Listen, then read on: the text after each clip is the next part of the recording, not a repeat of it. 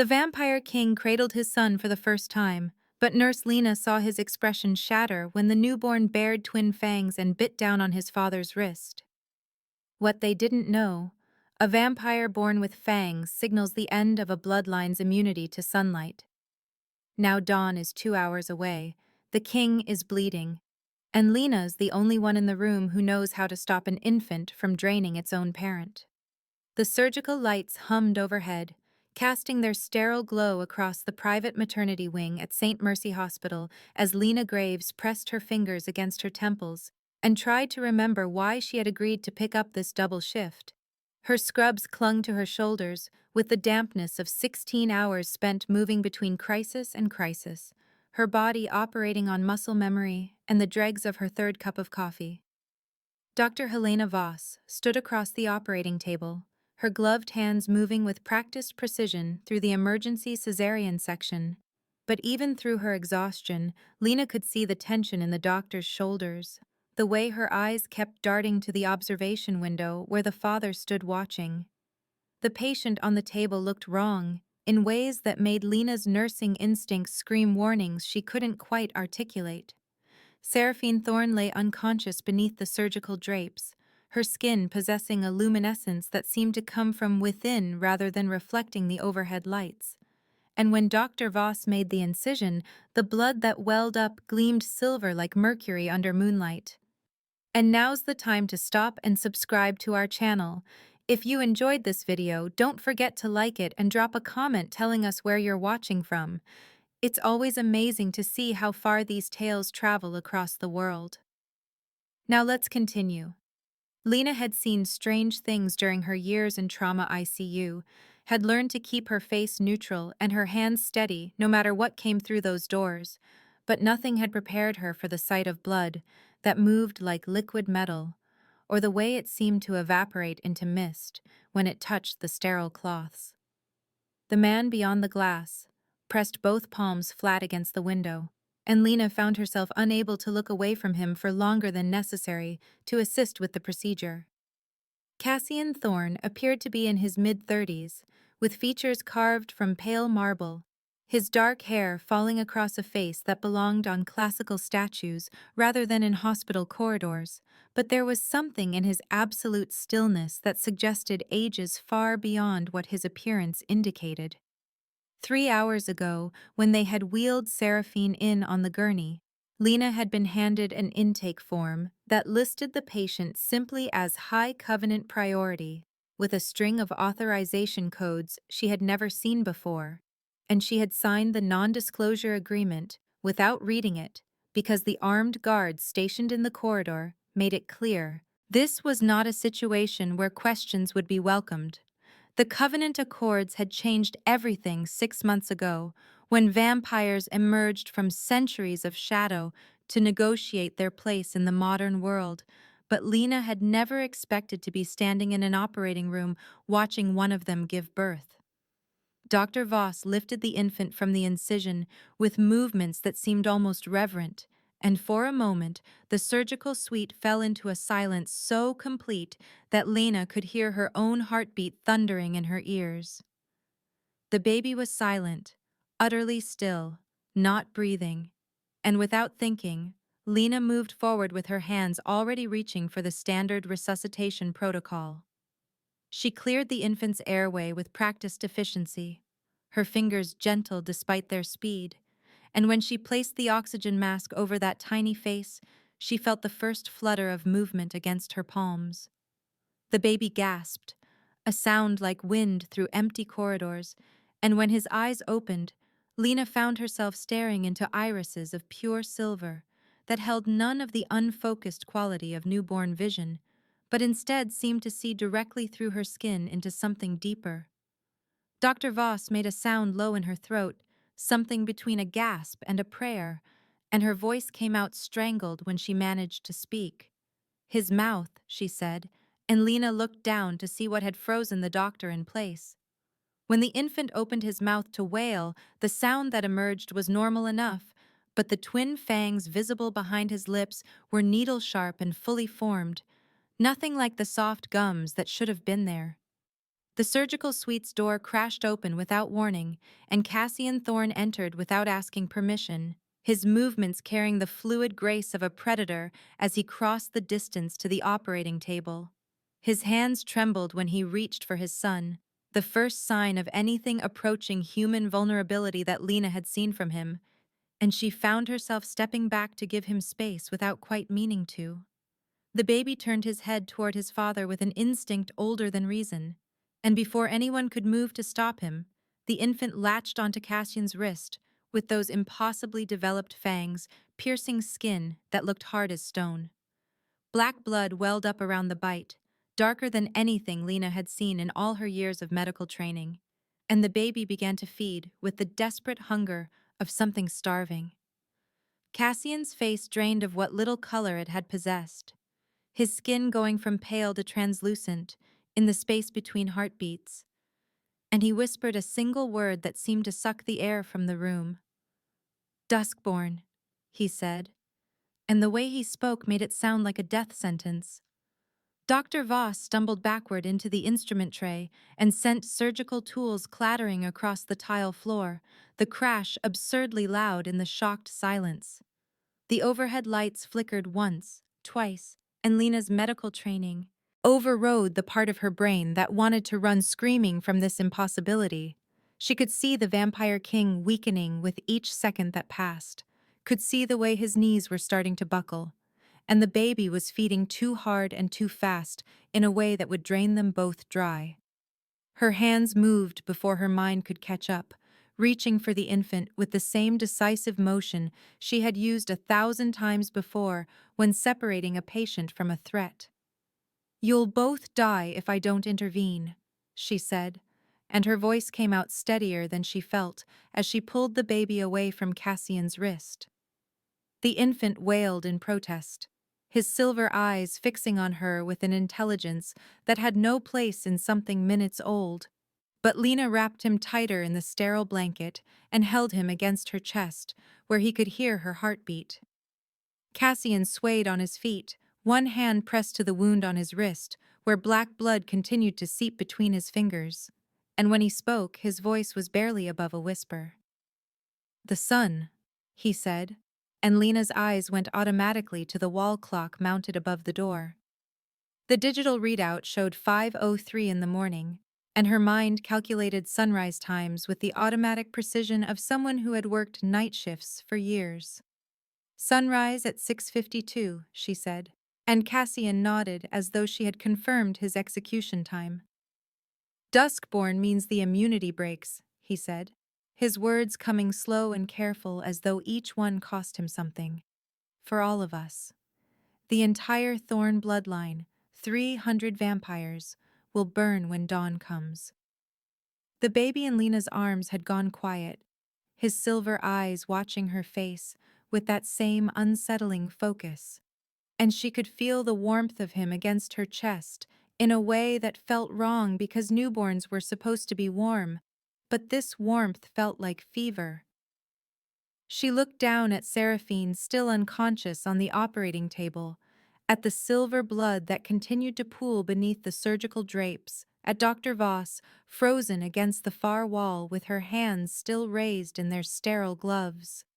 Through the observation window she could see movement in the corridor beyond, shadows that resolved into armed guards taking up positions at the maternity wing doors, and when she pulled her phone from her pocket, the screen lit up with 47 missed calls from hospital administration and a string of increasingly frantic texts from her coworker Marcus. "Get out!" The most recent message read in all capitals. "Council's coming." Cassian had collapsed into the chair beside the operating table, his legs finally giving out beneath him, and the black blood from his wrist was staining his shirt in spreading patterns that looked like ink blots. The baby continued to cry, his fangs visible each time his mouth opened, and Lena felt the weight of the situation settling over her shoulders like a physical thing. Dr. Voss finally moved, her hands shaking as she stripped off her surgical gloves, her voice coming out high and thin. "We need to call the council," she said, and Cassian's laugh was bitter enough to curdle milk. "The council will execute the child," he said flatly. Duskborn are abominations under the third law. Lena looked between them, her arms tightening protectively around the infant, even as her mind raced through implications she didn't fully understand. What third law? She asked, and Cassian met her eyes with a gaze that held 8 centuries of accumulated sorrow. Any vampire born with the hunger awakened is proof of bloodline corruption, he said. The penalty is extermination, child and progenitor both. The elevator chime echoed through the maternity wing with the sound of inevitability, and Lena watched through the observation window as the doors slid open to reveal figures in long, dark coats moving with synchronized precision. Cassian turned his head toward her with effort, his movements already sluggish from blood loss. You touched him first, he said. Your scent is on him. They'll know you assisted the birth. Lena felt ice spreading through her chest at the implications in his tone. So, she said, but she already knew the answer. So you're a witness, Cassian said. The council doesn't leave witnesses to Duskborn. The baby had gone silent in her arms, his silver eyes fixed on her face with an expression that looked almost like trust. And Lena looked at Seraphine bleeding silver on the table, at Cassian dying slowly in his chair, at the door handle beginning to turn as the council enforcers arrived. She grabbed the infant and pulled him tighter against her chest, her mind already running through the hospital's layout and calculating exit routes with the same efficiency she used for triage assessments. Then we have 2 hours to fix this before sunrise kills you all and they kill me, she said. And she was moving toward the emergency exit before anyone could respond. The door handle turned with the sound of metal on metal, and Lena ran. Lena moved through the basement corridors with the efficiency of someone who had walked these paths 1,000 times during her ICU rotation, her arms wrapped protectively around the infant, while Cassian stumbled behind her with one hand pressed against the wall for support. The service elevator would be watched by now, she knew, and the main stairwells would already be sealed, but the old wing of St. Mercy Hospital still held secrets from its days as a Catholic charity hospital, before the renovations had modernized everything above ground. Behind them, in the surgical suite, Council Enforcer Commander Dorian Ashcroft stood in the doorway with the absolute stillness that marked his kind, his silver eyes taking in the scene with a glance that missed nothing. Dr. Voss stood frozen beside the operating table where Seraphine still lay unconscious, her surgical gown splattered with silver blood that continued to gleam under the lights. And when Dorian turned his attention to her, his voice carried the weight of centuries. They went toward the service elevator, Dr. Voss said, and her hands twisted together in a gesture that might have been nervousness or might have been prayer. Dorian's expression never changed as he spoke into the radio clipped to his coat. "Seal the building," he said. "No one leaves." Lena found the door to the old chaplain's office exactly where she remembered it, tucked behind a junction box that the renovation crew had installed without bothering to remove the original woodwork, and she shouldered it open with her hip while keeping the baby secure against her chest. The room beyond was exactly as she had seen it during her first week at St. Mercy, a small space lined with bookshelves that held prayer books thick with dust and a desk that no one had sat behind in at least a decade. Cassian collapsed against the far wall before she could offer him the chair, his legs finally giving out completely, and the black blood from his wrist had soaked through his shirt sleeve and was dripping onto the floor in drops that seemed to absorb light rather than reflect it. The baby turned his head with that same uncanny awareness, his silver eyes fixing on his father, and before Lena could stop him, the infant was reaching out with grasping hands toward Cassian's wounded wrist. She pulled the baby back with movements that were gentler than she felt, her nursing instincts screaming at her to check vitals and assess for shock, even as her rational mind tried to process the impossibility of what she was holding. "If he drains you, what happens?" she asked, and Cassian's laugh was nothing but breath and bitterness. "Duskborn feeding on progenitor accelerates the corruption," he said, each word seeming to cost him something. "The sun immunity dies faster, minutes instead of hours." Lena shifted the infant to one arm so she could check his vitals with her free hand, her fingers finding his pulse point with the automatic precision of years of practice. His heart rate was racing at 180 beats per minute, far too fast for a newborn, and when she touched his forehead, his skin felt cold in a way that made alarm bells ring in her medical training. The baby should have been warm, should have been the furnace heat of new life, but instead he felt like something pulled from winter water. "He's cold because he's transitioning," Cassian said from his position against the wall. "Vampire infants are supposed to be warm for 3 centuries." The footsteps above their heads started as a distant thunder and grew closer with each passing second, the sound of boots on tile moving with military precision as the enforcers began their floor-by-floor search. Lena looked around the chaplain's office with eyes trained to assess emergency situations, cataloging exits and obstacles and anything that might serve as a weapon or a tool. Her gaze caught on a small silver bell mounted beside the door, its surface etched with symbols that seemed to shift and change when she looked at them directly. And beneath it, a plaque bore words in a language she didn't recognize. Cassian followed her line of sight, and something that might have been hope flickered across his face. "If you ring that," he said, "the council can't enter. Old law supersedes the third." Lena's hand moved toward the bell before her conscious mind had fully processed the implications. But years of nursing had taught her that every treatment came with side effects, and every intervention carried costs. "What's the cost?" she asked, and Cassian met her eyes with a gaze that held the weight of 800 years of accumulated knowledge. "The person who invokes sanctuary becomes the child's oath-bound guardian," he said. "Your life, bound to his, until the council grants release." The baby made a small sound against her chest, not quite a cry, but something softer, and Lena felt the warmth of him fading, even as she held him. The footsteps above were getting closer, voices calling out room numbers as they cleared each space, and she had perhaps 60 seconds before they reached the basement level. Her hand hovered over the bell, and she thought about Marcus's text telling her to run, about the NDA she had signed without reading, about the 47 missed calls from hospital administration that she would never return.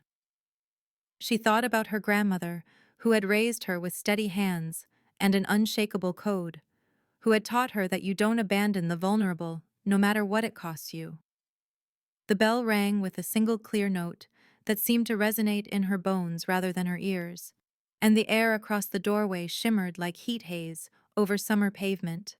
Her left wrist erupted in burning pain, and she looked down to see symbols branding themselves into her skin with lines of light, the same pattern that decorated the bell and the plaque beneath it. The baby stopped crying immediately, his silver eyes widening as though he recognized something in what had just happened, and his tiny hand reached up to wrap around her finger with a grip that felt stronger than any newborn should possess. Dorian's voice came through the door with perfect clarity, despite the barrier that now separated them, his tone never rising above conversational level. "Clever," he said. "Sanctuary buys you until sunrise, then the building burns, and you with it." Cassian shifted against the wall, using both hands now to push himself more upright, and when he spoke, his voice carried a resignation that Lena recognized from patients who had accepted their diagnosis. "He's right," Cassian said. "Sanctuary holds only while the structure stands. At dawn, they'll let the sun do their work." Lena looked down at the baby in her arms, at his silver eyes that seemed too old for his infant face, and she felt the brand on her wrist pulse in time with her heartbeat. The memory came unbidden, rising up from the place where she kept the things too painful to examine in daylight. Her mother had died in childbirth, her grandmother had told her, died bringing Lena into the world, and her grandmother had raised her with the understanding that life was a gift purchased at the highest cost. "You don't abandon the vulnerable," her grandmother had said during Lena's first clinical rotation when she had wanted to quit after watching a patient code. Ever. The baby's eyes never left her face, and Lena made her decision without fully understanding what it would cost her. There's one way to reverse a dusk-born transition, Cassian said, and Lena's attention snapped back to him. Tell me, she said, and Cassian took a breath that seemed to hurt him. The Blood Mother's Rite, he said. A ritual that resets an infant vampire's development, pushes the hunger back into dormancy. Lena's mind was already racing through logistics and requirements, her nursing training translating mystical ritual into medical procedure with the same systematic approach she used for surgery prep. Where? She asked, and Cassian gestured vaguely northward. The old Covenant Hall, 3 miles north. But we'd need Seraphine's blood, a sanctified blade, and a witness from the original bloodline. The list of requirements hit Lena like a physical blow as she counted up the impossibilities. Seraphine was upstairs surrounded by council enforcers, unconscious and bleeding silver onto surgical linens. They had no blade of any kind, sanctified or otherwise, and Lena wouldn't know a sanctified blade from a butter knife if her life depended on it. A witness from the original bloodline meant finding an elder vampire willing to defy the council's direct orders, and the only vampires in this building worked for Dorian. The clock on the chaplain's desk showed 5:32 in the morning, which gave them 1 hour and 20 minutes until sunrise, and Lena tried to calculate how long it would take to get 3 miles through a city where the council would have eyes on every street. The sound of the door opening made Lena spin around with the baby clutched protectively to her chest, her body moving to put herself between the entrance and Cassian before her mind caught up.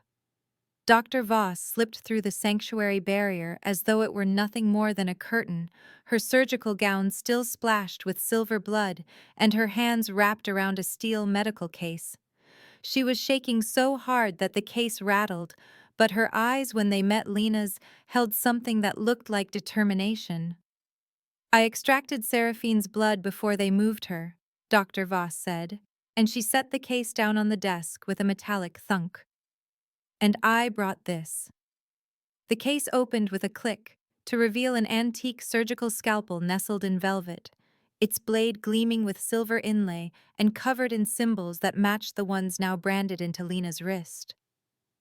Lena stared at the impossible appearance of exactly what they needed, her mind trying to process how Dr. Voss had known to bring these specific items. "Why are you helping?" she asked, and Dr. Voss's hands went still on the edge of the case.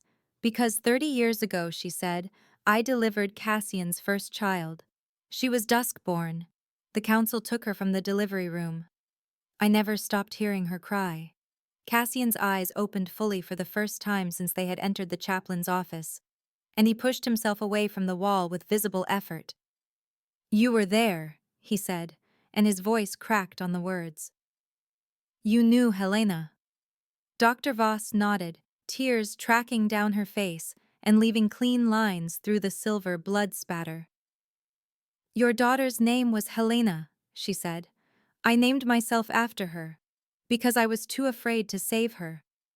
The weight of that confession settled over the small room like snow, and Lena felt the baby shift in her arms as though responding to the emotional currents swirling around them. Dr. Voss wiped her face with the back of her hand and straightened her shoulders. "But there's a problem," she said.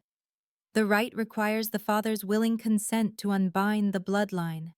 Cassian, you'll lose your immunity to sunlight permanently, even if the rite works." Cassian met Dr. Voss's eyes and nodded once. "I know," he said, and there was no hesitation in his voice. Lena looked between them, her mind already calculating the odds and finding them wanting. "And if it doesn't work?" she asked, and the silence that followed her question was answer enough. The baby convulsed in her arms without warning, his tiny body going rigid and then limp in the space of a heartbeat. Lena's training took over immediately, and she laid him on the desk, her fingers checking his airway while her eyes catalogued symptoms. Black veins were spreading across his skin like cracks in porcelain, visible beneath the surface and growing darker with each second that passed. "The corruption is accelerating," Cassian said from behind her. "He's rejecting human warmth." Lena put her fingers to the baby's throat and felt his pulse racing and irregular, then touched his forehead and felt cold that seemed to burn.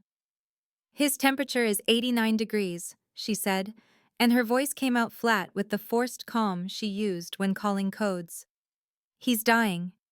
The clock on the wall ticked over to 5:47, and Lena calculated dawn in 65 minutes while the baby convulsed again in her hands.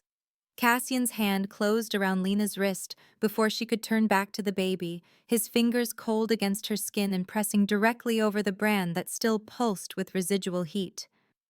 "The oath-bound mark means you'll feel his hunger," he said, and his voice carried a weight that made her stop despite every instinct screaming at her to focus on her patient.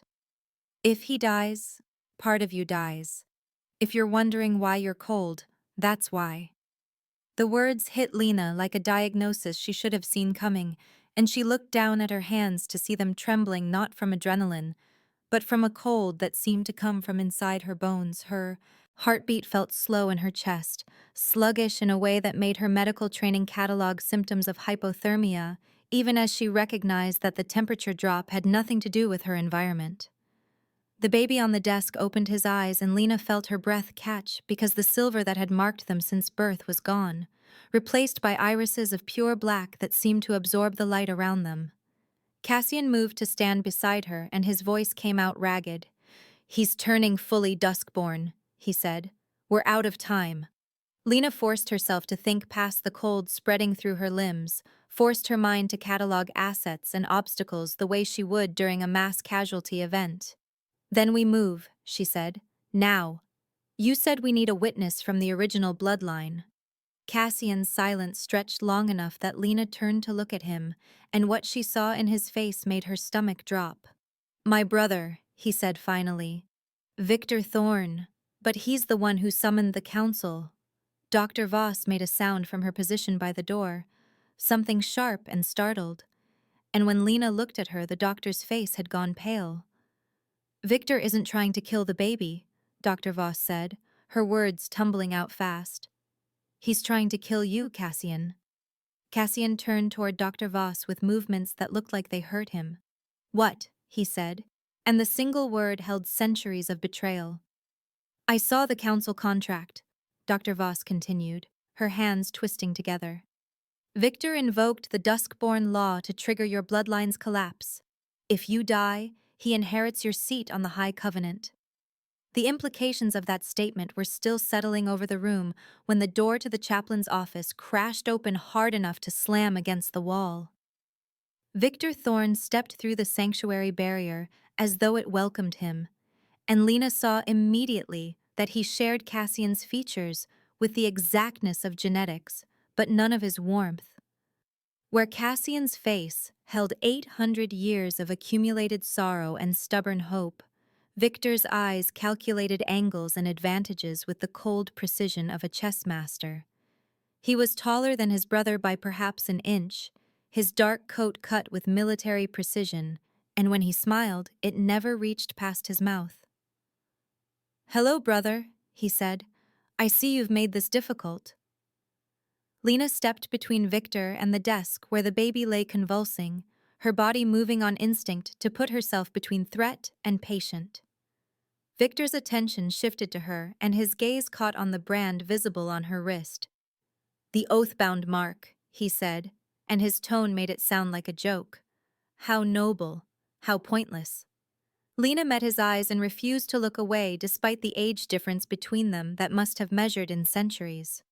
"You want your brother dead," she said, making it a statement rather than a question.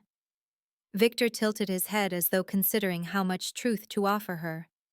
"I want our bloodline pure," he said. Cassian's consort was half human. "This child is proof of his weakness." Cassian pushed himself away from the wall with visible effort, his fury giving him strength that blood loss had stolen. "Seraphine is stronger than you could ever comprehend," he started, but Victor cut him off with a gesture. "Seraphine is dying," he said flatly. "Upstairs. The birth tore her apart. She has minutes." The baby convulsed again on the desk, and Lena's hands moved automatically to stabilize him, her fingers checking his airway, while her mind raced through the impossible mathematics of their situation. "If we don't perform the rite in the next hour," she said, keeping her voice level through sheer force of will, "he dies anyway. Victor, you're a witness. You can complete the ritual." Victor moved closer to the desk, his movements carrying the fluid grace that marked his kind, and he looked down at the infant with an expression Lena couldn't read. "Why would I?" he asked, and Lena felt the cold in her bones deepen with each second that passed. "Because if this child dies under sanctuary," she said, "the old law activates a blood feud. Every vampire in this hospital becomes a target, including you." The silence that followed her words stretched long enough that Lena could hear her own heartbeat in her ears, could feel the brand on her wrist pulsing in time with the baby's failing system. Victor's smile when it came was sharp enough to cut. "Then let me propose an alternative," he said. "I'll witness the rite. I'll even help you reach the Covenant Hall. But in exchange, Cassian relinquishes his Covenant seat and names me heir." Cassian's response was immediate and absolute. "No," he said, and the word carried the weight of 800 years of accumulated authority. Victor turned to face his brother fully, his expression never changing. "Then watch your son burn at dawn," he said, and Lena heard the certainty in his voice that told her he meant every word. The baby's convulsions were getting worse, his tiny body going rigid and then limp in cycles that Lena recognized from seizure protocols. She checked the clock on the wall and saw 6:02 in the morning, which gave them 50 minutes until sunrise and perhaps less than that before the infant's system failed completely. Her mind ran through options with the desperate speed of someone calling a code, cataloging possibilities and discarding them just as fast. Cassian was too weak to fight his brother. Dr. Voss had no leverage against an elder vampire, and Lena herself was bound to a dying child with a mark that was slowly draining her own life. She looked at Cassian and saw him struggling with the same calculations, saw the way his hands clenched into fists at his sides. "Take the deal," Lena said, and her voice cut through the tension like a scalpel through skin. Cassian turned to stare at her, and she saw the betrayal in his eyes. "Lena," he started, but she cut him off with the same decisive tone she used when overruling residents who wanted to argue. "During an emergency, I didn't bind myself to this child to watch politics kill him," she said. "Take the deal." The baby convulsed again and black veins spread further across his skin, visible now even in the dim light of the chaplain's office. Lena kept her eyes on Cassian and refused to let him look away. She had spent years in trauma ICU watching people make impossible choices, had learned to recognize the moment when someone accepted that there were no good options left. Victor extended his hand with a gesture that managed to be both formal and mocking, and Cassian stared at it for a long moment. The clock ticked over to 6:03, and Lena felt the cold in her chest deepen until she could barely feel her fingers. Cassian reached out and took his brother's hand in a grip that looked like it cost him everything he had left, and Victor's smile widened into something that looked almost genuine. The baby's eyes opened again and fixed on Lena with that same unsettling intelligence, and she wondered if he understood what had just been traded for his life. Dr. Voss moved to the desk and opened the steel case again, her hands steadier now that they had a plan, and she began preparing the sanctified blade and the vial of Seraphine's silver blood. Victor watched the preparations with the detached interest of someone observing a procedure that didn't concern him personally. "We'll need to move quickly," he said. "The council has the building surrounded, but I can get us to the service entrance. My car is waiting." Lena looked down at the brand on her wrist and felt it pulse in time with the baby's failing heartbeat. "How do we get Cassian out without the sun touching him?" she asked. And Victor's expression suggested he had already thought through every detail. "The underground parking connects to the old tunnel system," he said. "It was built during Prohibition. We can reach the Covenant Hall without breaking ground level." Cassian pulled himself fully upright with visible effort, his hand still pressed to the wound on his wrist that continued to seep black blood. "And Seraphine," he said. Victor's pause was just long enough to be noticeable. "Is beyond our help," he said. "The birth trauma was too severe. She won't survive the hour." Cassian's face went blank in a way that Lena recognized from family members receiving bad news. That moment of complete shutdown before grief could find purchase. Dr. Voss placed the scalpel and blood vial into a smaller medical bag and zipped it closed with movements that spoke of years handling delicate instruments. "I'm coming with you," she said, and her tone made it clear she wasn't asking permission. The baby had gone still on the desk in a way that made Lena's medical training scream warnings, and when she checked his pulse, it was threadbare and irregular. "We're losing him," she said, and wrapped the infant in the blanket with hands that shook from cold and adrenaline in equal measure. Victor moved to the door and opened it with a confidence that suggested he had never doubted his ability to get what he wanted. "The council will question my loyalty," he said over his shoulder. "I'll tell them I'm ensuring the bloodline ends properly. Follow me and stay close." The hallway beyond was empty, the enforcers having moved their search to higher floors, and Lena could hear Dorian's voice echoing from somewhere above them giving orders. She clutched the baby to her chest and felt the brand on her wrist burn with cold fire. Cassian moved beside her with the careful steps of someone conserving failing strength, and Dr. Voss brought up the rear with the medical bag held tight against her side. The clock on the wall in the corridor showed 6:08 in the morning, and Lena counted 44 minutes until dawn as they followed Victor into the darkness of the hospital's forgotten spaces.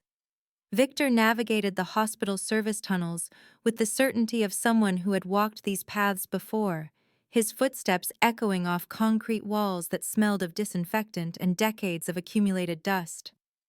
Lena followed close behind with the baby clutched against her chest, and she could feel heat radiating from the infant's skin in waves that seemed impossible given how cold he had been just minutes before. The fever was spiking, she knew, the baby's system trying to fight off the transformation even as it consumed him from within, and her nursing instincts catalogued symptoms that no medical textbook had ever described. Dr. Voss walked beside her with the ritual case held tight against her side, her breathing coming in short gasps that spoke of fear rather than exertion, while Cassian stumbled along behind them with one hand pressed to the tunnel wall for support. They emerged into the underground parking garage through a service door that Victor opened with a key that looked older than the building itself, and the fluorescent lights overhead flickered in a way that made Lena's eyes hurt after the darkness of the tunnels. The garage stretched out before them in rows of concrete pillars and painted lines, mostly empty at this hour of the morning, and Lena could see Victor's black SUV parked near the exit ramp with its engine already running. Council enforcers materialized from behind pillars like shadows gaining substance, and Dorian Ashcroft stepped directly into their path with the absolute certainty of someone who had never been denied. "Sanctuary ends at the building's threshold," he said, and his voice carried through the garage with perfect clarity. "You're in violation of council orders." Victor moved to stand between Dorian and the rest of their group, and when he spoke his voice held the same cold authority Lena had heard him use with Cassian. "I invoke right of bloodkin escort," he said. "They're under my protection until we reach Covenant ground." Dorian's expression never changed, but Lena saw something flicker in his silver eyes that might have been calculation. "The council will object," he started, but Victor cut him off with a gesture that managed to be both dismissive and threatening. "The council answers to High Covenant," Victor said, "and I'm about to be its newest member." The standoff lasted perhaps 5 seconds, and then Dorian stepped aside with a movement that looked almost graceful. His hand rose in a signal that brought enforcers forward from their positions behind the pillars, and Lena counted at least 6 vehicles moving to follow formation. She noticed movement near the garage entrance and saw news vans gathering on the street beyond, their satellite dishes extended and cameras pointed toward the exit. "The Duskborn's existence leaked," Victor said without looking back at them. "Human media is calling it a treaty violation." A television screen mounted in the parking attendant's booth flickered to life as they passed, and Lena caught a glimpse of breaking news banners scrolling across the bottom. Vampire royalty birth defect sparks council emergency, the text read, and the footage showed protesters gathering outside St. Mercy Hospital with signs that Lena couldn't read from this distance. The crowd looked like a mix of humans and vampires, their anger unified despite their biological differences. And Lena understood that whatever happened in the next hour would ripple far beyond one infant's life. The black SUV's doors were already unlocked when they reached it, and Victor slid into the driver's seat with movements that suggested he had done this 1,000 times before. Cassian took the passenger seat with visible effort, his skin already showing signs of blistering along his hands and neck, and Lena climbed into the back with Dr. Voss, while trying not to jostle the baby too much. The infant's skin felt hot enough to burn, and when Lena pulled back the blanket, she could see cracks forming along his arms and chest, like porcelain under stress. Black blood seeped through the cracks in drops that seemed to absorb light, and Lena's medical training provided a diagnosis she didn't want to accept. "He's hemorrhaging internally," she said, keeping her voice level through sheer force of will. "We have maybe 20 minutes." The dashboard clock glowed with numbers that felt like a countdown to execution. 6:18 in the morning, which gave them 34 minutes until sunrise, and perhaps less than that, before the baby's system failed completely. Victor pulled out of the parking garage with the enforcer vehicles falling into formation behind them, their headlights creating a convoy that stretched back toward the hospital. "They can't stop us on Covenant business," Victor said, his eyes flicking to the rearview mirror. "But they'll document everything." Castian's voice came from the passenger seat, weaker than Lena had ever heard it. "If I die before the right," he said, "it fails." Lena leaned forward to look at him and felt her stomach drop at what she saw. Castian's hands were blistering, the skin bubbling and cracking as though touched by invisible flame, and thin tendrils of smoke rose from the wounds. "The sun immunity is breaking early," Victor said, and for the first time, Lena heard something that might have been concern in his voice. "The child's corruption is affecting him." The convoy moved through empty streets with the speed of emergency vehicles, traffic lights changing green as they approached in a pattern that suggested someone was controlling them remotely. Lena watched the city pass by through tinted windows and tried to calculate how much time they had left, but the math kept coming up with answers she didn't want to face. The roadblock appeared ahead of them without warning.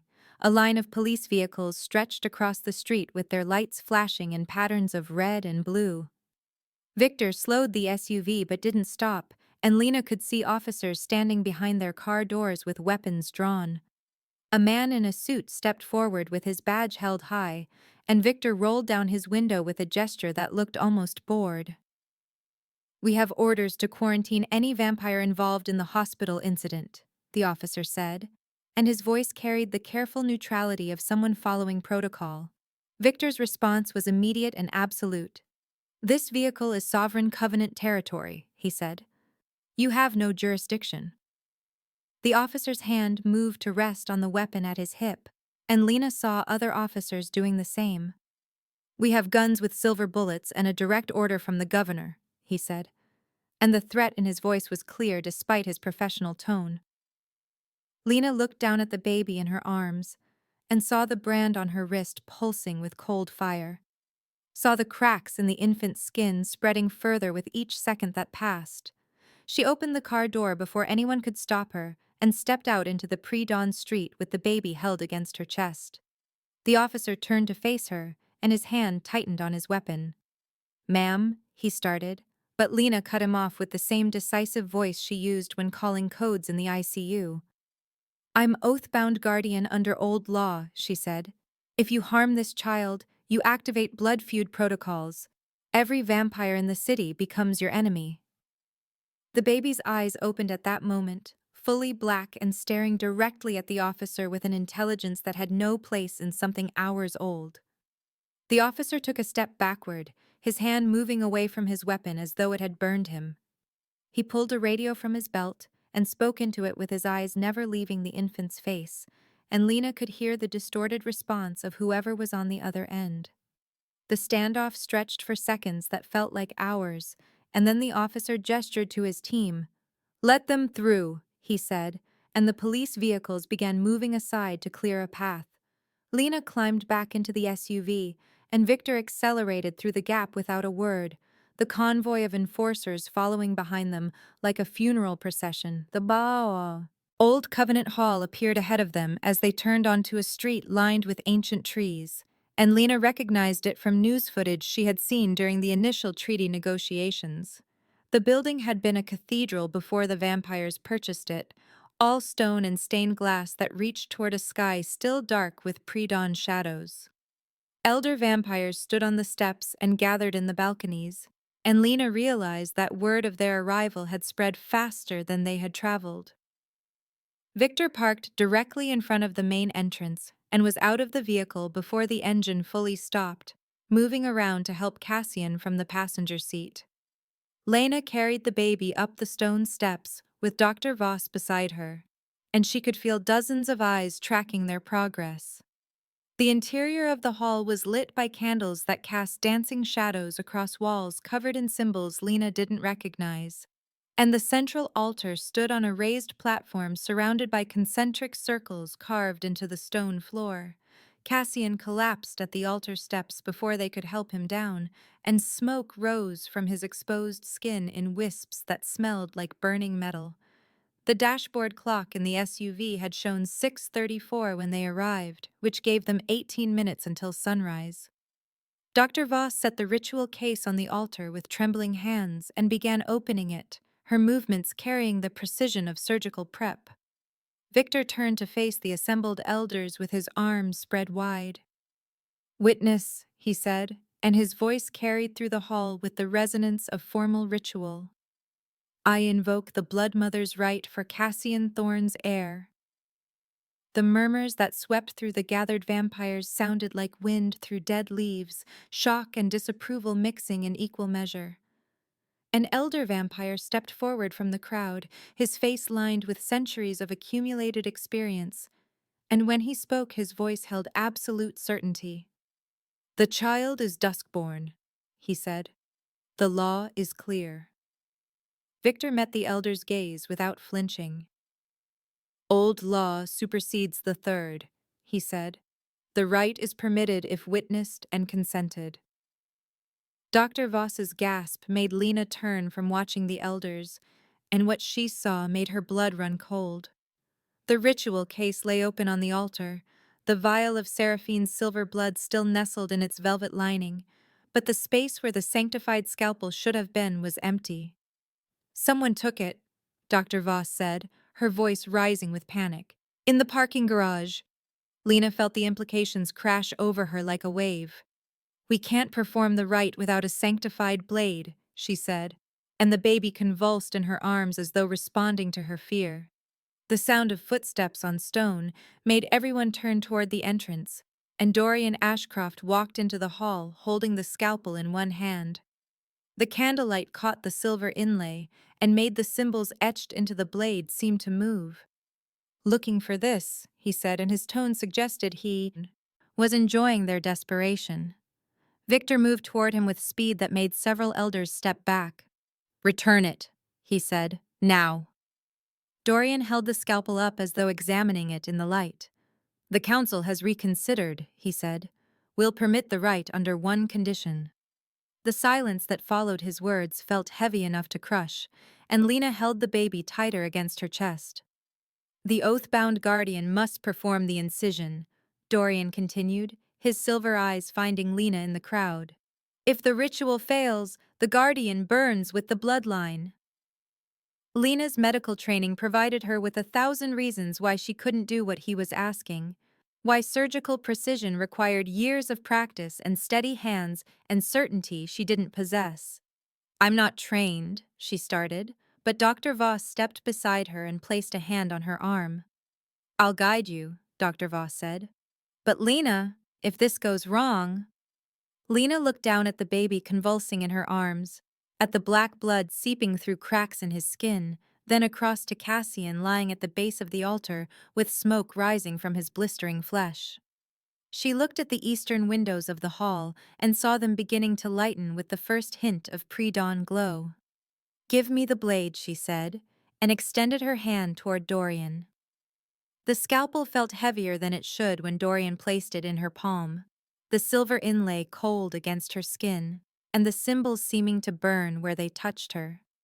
Her hands shook with exhaustion and fear in equal measure, and she could feel the brand on her wrist pulsing in time with the baby's failing heartbeat. Victor checked his watch and his voice cut through the hall with absolute clarity. "You have 8 minutes before sunrise," he said, and the eastern windows continued to brighten as the earth turned inexorably toward dawn. Dr. Voss moved to stand beside the altar with the ritual case open before her, and her voice, when she spoke, carried the careful precision of someone explaining a surgical procedure to a nervous resident. "3 cuts," she said, her finger tracing invisible lines over the baby's body. "Heartline, bloodline, lifeline. Each severs a bond to the dusk-born corruption." Lena positioned the sanctified scalpel over Elias's chest, the blade catching candlelight and throwing reflections across the stone floor, and she tried to steady her hands through sheer force of will.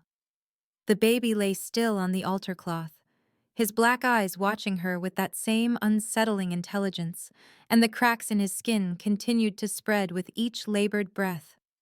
Cassian's voice came from where he lay at the base of the altar steps, barely above a whisper, but carrying enough urgency to make everyone pause. "Wait," he said. "His name. He needs a name before the rite, or the bloodline won't recognize him." The silence that followed felt heavy with significance, and Lena looked down at the infant in front of her and realized she had been thinking of him simply as the baby, as a patient, as a medical emergency, rather than a person. Cassian pushed himself up on one elbow with visible effort, his blistered skin cracking further with the movement. "Elias," he said. "After my father." Lena's hands steadied as she processed the name, muscle memory from years of nursing training taking over as she focused on the incision point Dr. Voss had indicated.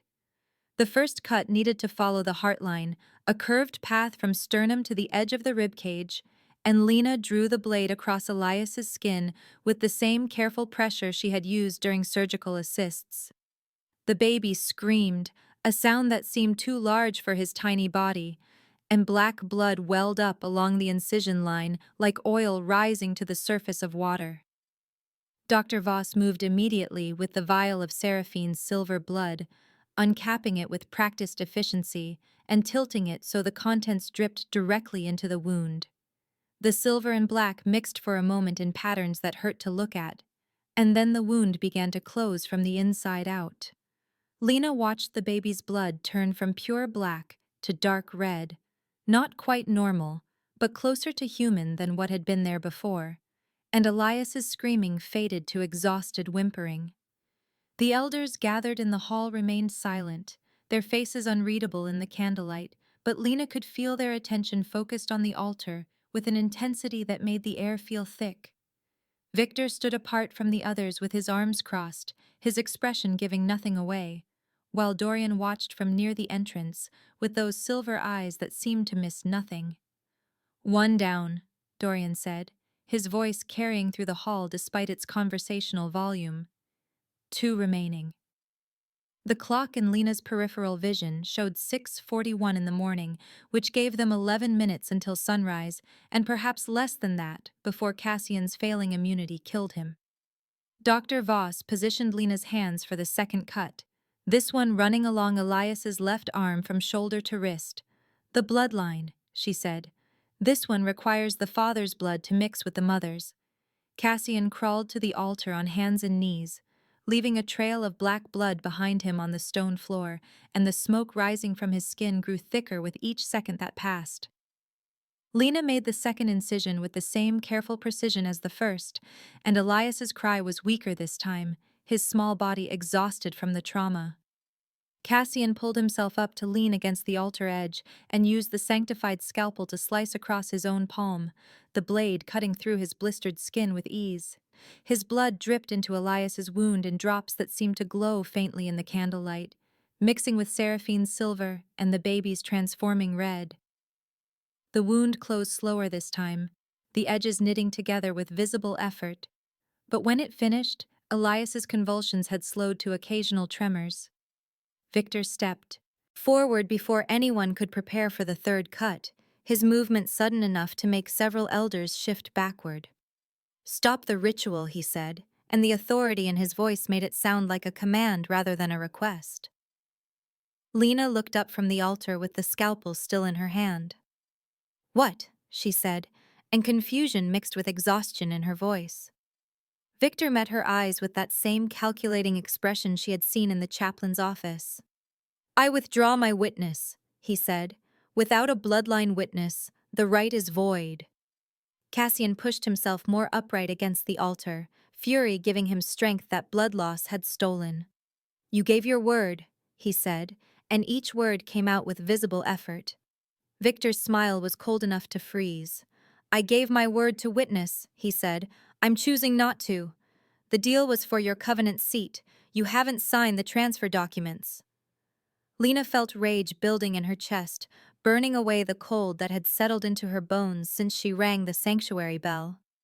"You son of a—" she started, but Victor cut her off with a gesture. "We have 6 minutes until sunrise," he said, checking his watch with deliberate casualness. "Choose quickly." Cassian's hand went to his jacket with movements that looked like they hurt him, his fingers fumbling at the inside pocket, until he pulled out folded papers that looked official. "The documents are in my jacket," he said to Lena. "Inside pocket." Lena set the scalpel down carefully and took the papers from Cassian's trembling hand, unfolding them to reveal formal covenant letterhead and legal language she didn't fully understand. Cassian signed with his own blood, dipping one finger into the wound on his palm and scrawling his name across the bottom of the page with strokes that shook and smeared. Victor took the papers and examined them in the candlelight, his smile widening into something that looked almost genuine. "Acceptable," he said. "Proceed." Dr. Voss had gone pale during the exchange, her hands gripping the edge of the altar hard enough to turn her knuckles white. "The third cut is the lifeline," she said, and her voice shook despite her obvious attempt at steadiness. "Forehead to crown. This one severs the Duskborn's connection to accelerated hunger." Lena picked up the scalpel again and positioned it over Elias's forehead, but Dr. Voss caught her wrist before she could begin. "If you cut too deep," she said, and left the sentence unfinished. Lena met Dr. Voss's eyes and understood the warning without needing it spelled out. "He dies," she said, making it a statement rather than a question. The eastern windows of the hall were glowing gold now, the pre-dawn darkness giving way to the first real light of sunrise, and Lena could see the gathered vampires shifting nervously. The clock showed 6:49 in the morning, which gave them 3 minutes at most. Lena's hand trembled as she held the scalpel over Elias's forehead, the baby's pale blue eyes watching her face with that same trusting expression. She thought about her grandmother teaching her to suture, about the thousands of times she had made incisions during medical procedures, about muscle memory and steady hands and the difference between precision and perfection. The blade moved with a certainty that came from somewhere deeper than conscious thought, following the line Dr. Voss had described, from Elias's forehead back across his crown. The incision was clean and exact, deep enough to matter but not so deep it would cause permanent damage, and black blood welled up for the final time. Cassian pressed his wounded palm to Elias's forehead without needing to be told, his blood mixing with the baby's in patterns that seemed to glow. And then Elias went completely still. The silence that followed felt absolute, as though the entire hall had stopped breathing in unison. Lena watched Elias's chest for movement and saw nothing, no rise and fall of respiration, no flutter of pulse at his throat. "Elias," she said, and her voice cracked on the name. "Elias, breathe." Dr. Voss moved immediately to check for vital signs, her fingers pressing against the baby's neck while her eyes tracked the seconds. Nothing, she said, and the word landed like a death sentence. Victor's voice carried satisfaction that made Lena want to hit him. The right failed, he said. He's dead. The first rays of direct sunlight struck the eastern windows at exactly 6:52, and Cassian screamed as his skin began to ignite. Fire spread across his exposed flesh like paper catching flame, and other vampires in the hall who shared the Thorn bloodline started smoking as their immunity collapsed in sympathy with their patriarch.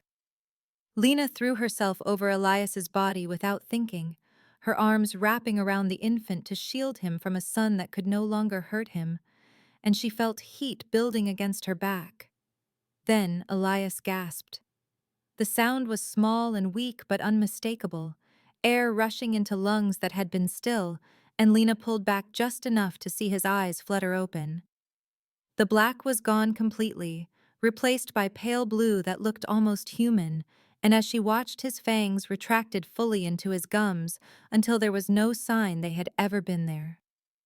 Elias cried with the normal wailing of a healthy newborn, and the sound was the most beautiful thing Lena had ever heard. The smoke stopped rising from Cassian's skin between one heartbeat and the next, and the burns that had been spreading across his flesh began to heal with visible speed. Sunlight filled the hall completely now, streaming through the eastern windows in beams that painted everything gold, and Cassian stood in the direct light without burning. Victor's shocked expression was worth every second of the last terrifying hour, his mouth open and his calculating eyes wide with something that might have been genuine surprise. "Impossible," he said, and the word came out strangled.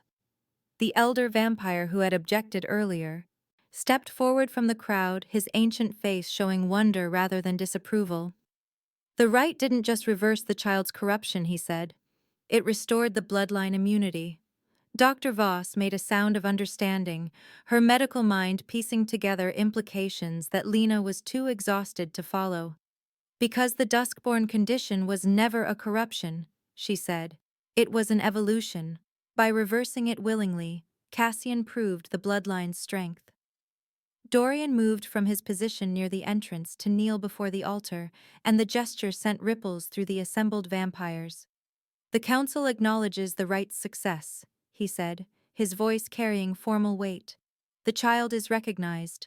The bloodline is restored." Victor turned toward Dorian with fury clear on his face. "This doesn't change the fact that," he started, but Dorian cut him off with a look. "You have your covenant seat, Victor," he said. "Be grateful and silent." Lena collapsed against the altar with Elias cradled in her arms, every muscle in her body shaking with exhaustion and relief in equal measure. The baby had stopped crying and was sleeping peacefully, his breathing steady and his skin warm in the normal way that newborns should be. Cassian stood in the sunlight streaming through the windows, with tears running down his face, and when he spoke, his voice carried more emotion than Lena had heard from him. "Thank you," he said, and the words seemed inadequate for what had just happened. Lena tried to smile, but found she didn't have the energy, so she just nodded and held Elias closer.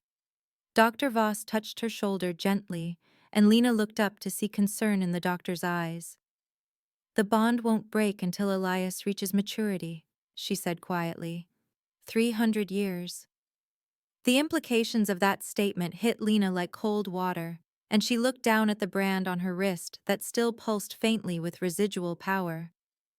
"I'm bound to him for 3 centuries, she said, and heard her voice go flat with shock. Cassian moved closer, still standing in direct sunlight that would have killed him minutes ago. "Or until you choose to release it," he said. "But that would require—" He trailed off, and Lena felt dread settling in her stomach. "Require what?" she asked, but the silence that followed her question was answer enough. Lena sat on the cathedral steps, with sunlight warming her face in a way that felt almost foreign after the hours spent in darkness and artificial light. Elias slept peacefully in her arms, his breathing steady and normal, and the warmth radiating from his small body was the natural heat of a healthy newborn rather than the fever that had been consuming him. Cassian sat beside her with his hand extended into the direct sunlight, turning it slowly as though examining a miracle, and when he spoke, his voice carried wonder. "I haven't felt this in 800 years," he said, and Lena watched tears track down his face while he smiled. The sound of footsteps on stone made them both turn, and Victor approached with the covenant transfer documents held carefully in one hand. His expression had settled back into the calculating mask he wore like armor, but Lena could see something flickering behind his eyes that might have been grudging respect. "You won, brother," Victor said, and the words came out flat. "But I have the seat now, and I'll remember this." Cassian stood with movements that still showed strain, his newly healed skin tender beneath his clothes. "So will I," he said, and the promise in his voice was clear. Victor turned and walked back toward the waiting enforcers without another word, and Lena watched the convoy of vehicles pull away from the cathedral with a sense of relief that felt physical. Dr. Voss emerged from the cathedral entrance carrying the ritual case, her surgical gown replaced by street clothes that looked rumpled, and she paused when she saw Lena on the steps. Lena shifted Elias in her arms and met Dr. Voss's eyes. "You named yourself after his daughter," she said, making it a statement rather than a question. Dr. Voss nodded and set the case down to pull a business card from her pocket. "And now I've helped save his son," she said. "Maybe that's enough."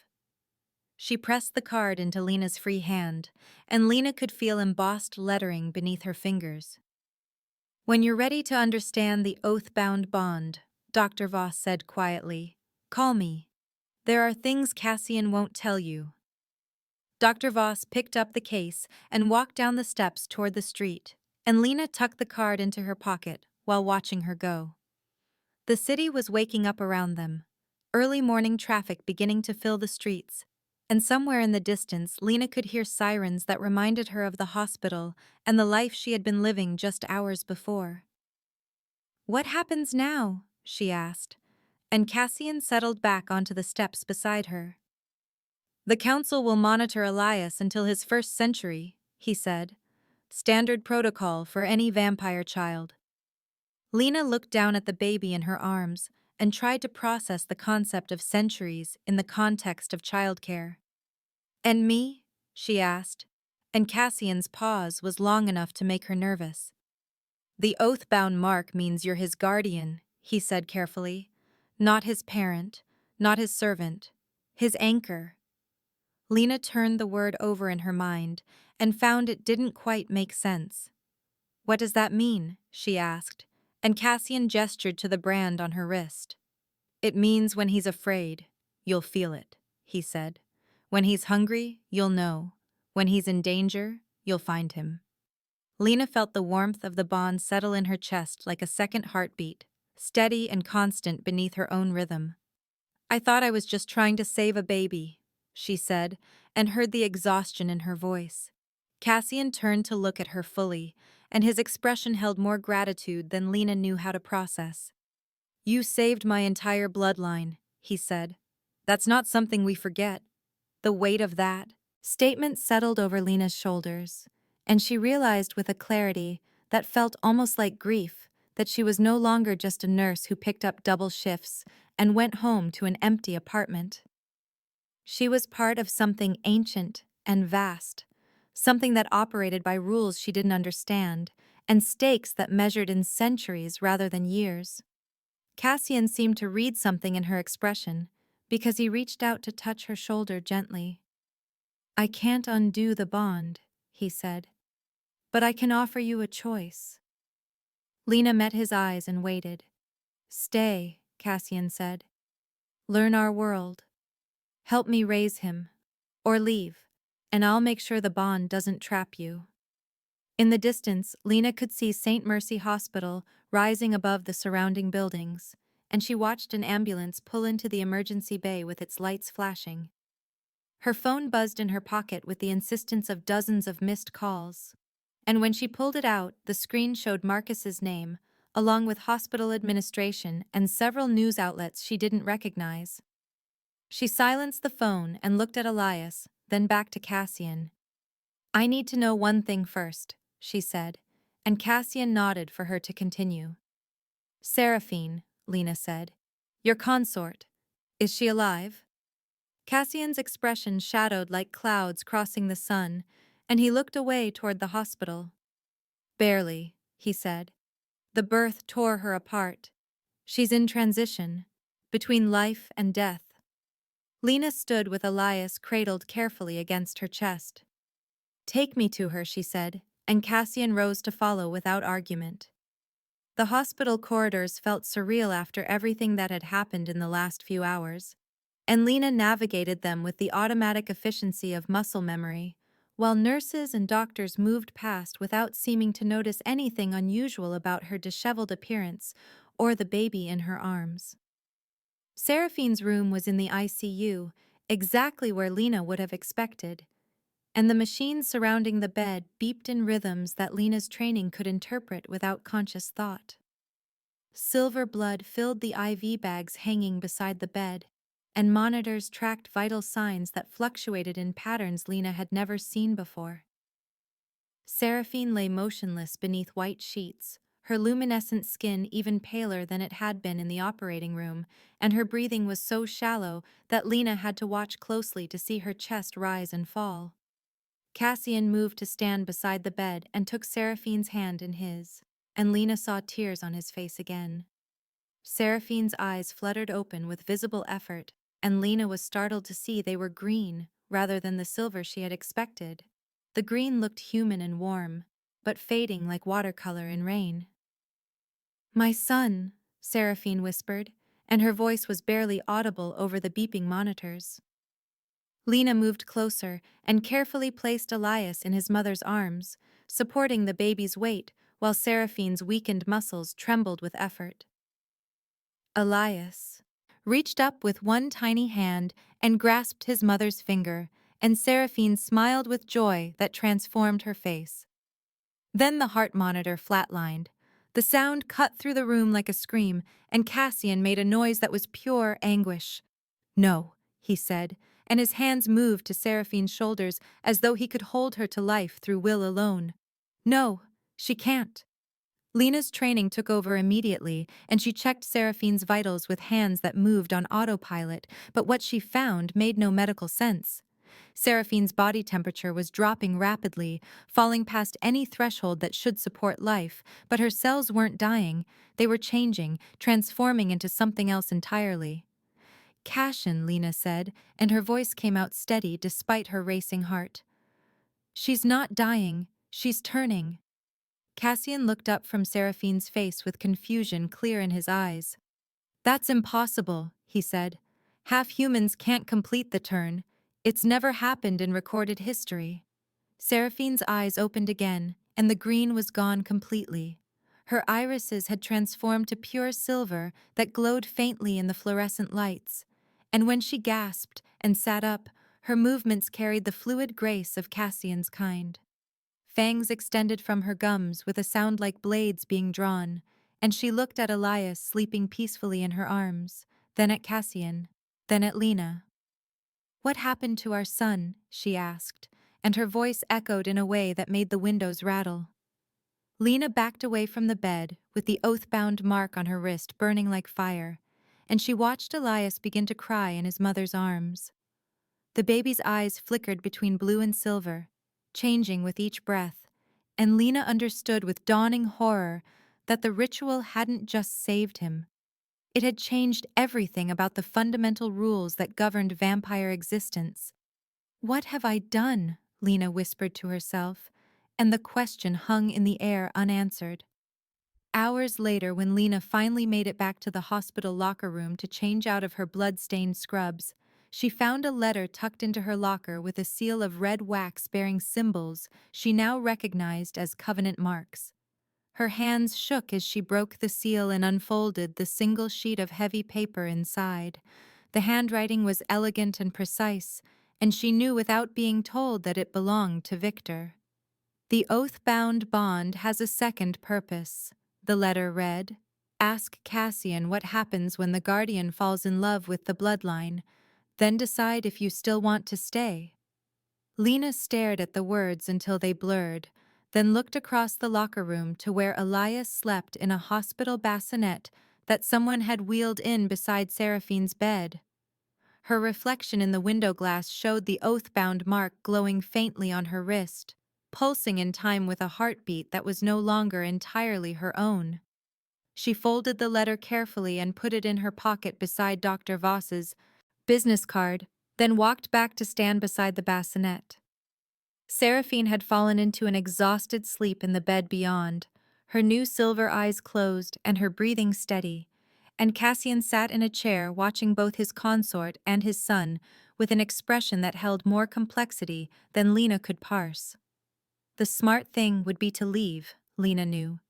To walk away from the Covenant and their ancient laws, from the baby who flickered between human and vampire with each breath, from the impossible bond that tied her life to his for the next 3 centuries. The smart thing would be to go back to her apartment and her normal life and pretend none of this had ever happened. Lena looked at Elias sleeping peacefully, despite everything he had been through, looked at the mark on her wrist that connected them in ways she didn't fully understand, and made her choice. She pulled up a chair beside Cassian's and settled in to wait for whatever came next, because leaving had never really been an option at all.